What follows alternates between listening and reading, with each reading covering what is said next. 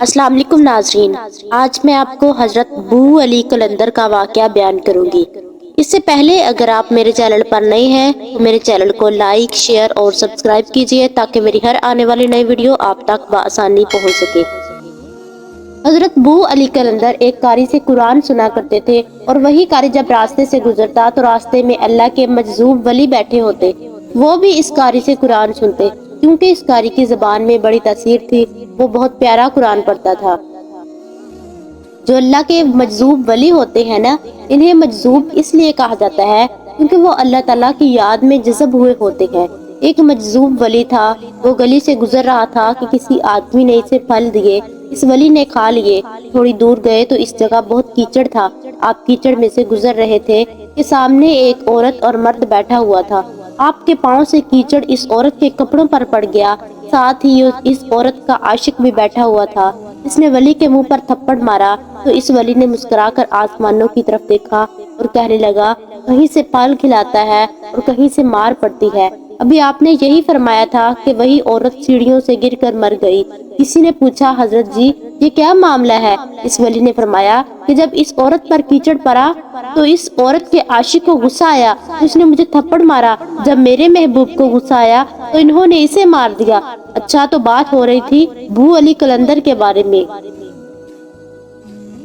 حسب معمول وہ آدمی حضرت بو علی قلندر کو قرآن سنانے آیا۔ اس نے پارے کا ایک ربع سنایا اور اجازت چاہی۔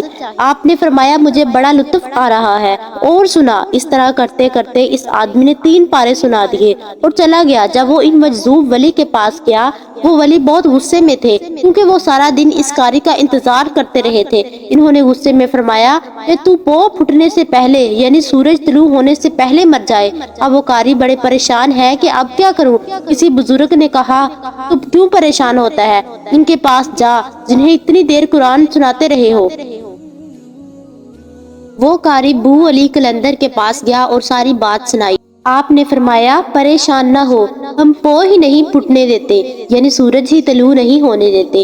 جب صبح ہی تو ان مجذوب ولی کو خیال آیا کہ اگر یہ مر گیا تو مجھے قرآن کون سنایا کرے گا؟ تو عرض کی، یا اللہ اس قاری کو نہ مارنا۔ جب آپ نے اس قاری کو معاف کر دیا تو سورج بھی نکل گیا۔ اللہ تعالیٰ اپنے ولیوں کی باتوں کو نہیں ٹالتا، اللہ ان کی ہر دعا قبول فرماتا ہے۔ لوگ کہتے ہیں کہ اللہ ہی عطا کرتے ہیں، تو ولیوں کے پاس کیوں جاتے ہیں؟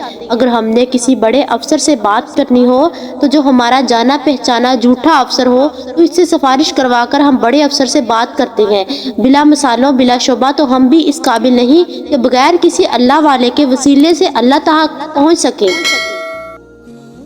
اس لیے ہم اولیاء اللہ کے وسیلے سے اللہ سے مانگتے ہیں، کیونکہ اللہ تعالیٰ ان کی زبان سے نکالی گئی کسی بات کو رد نہیں کرتے۔ اللہ تعالیٰ ان کے کہنے پر تقدیریں بدل دیتے ہیں۔ اللہ کے ولیوں سے محبت کرنی چاہیے۔ اللہ تعالیٰ قرآن مجید میں فرماتے ہیں، جو میرے ولیوں سے دشمنی رکھے میں اس سے جنگ کا اعلان کرتا ہوں۔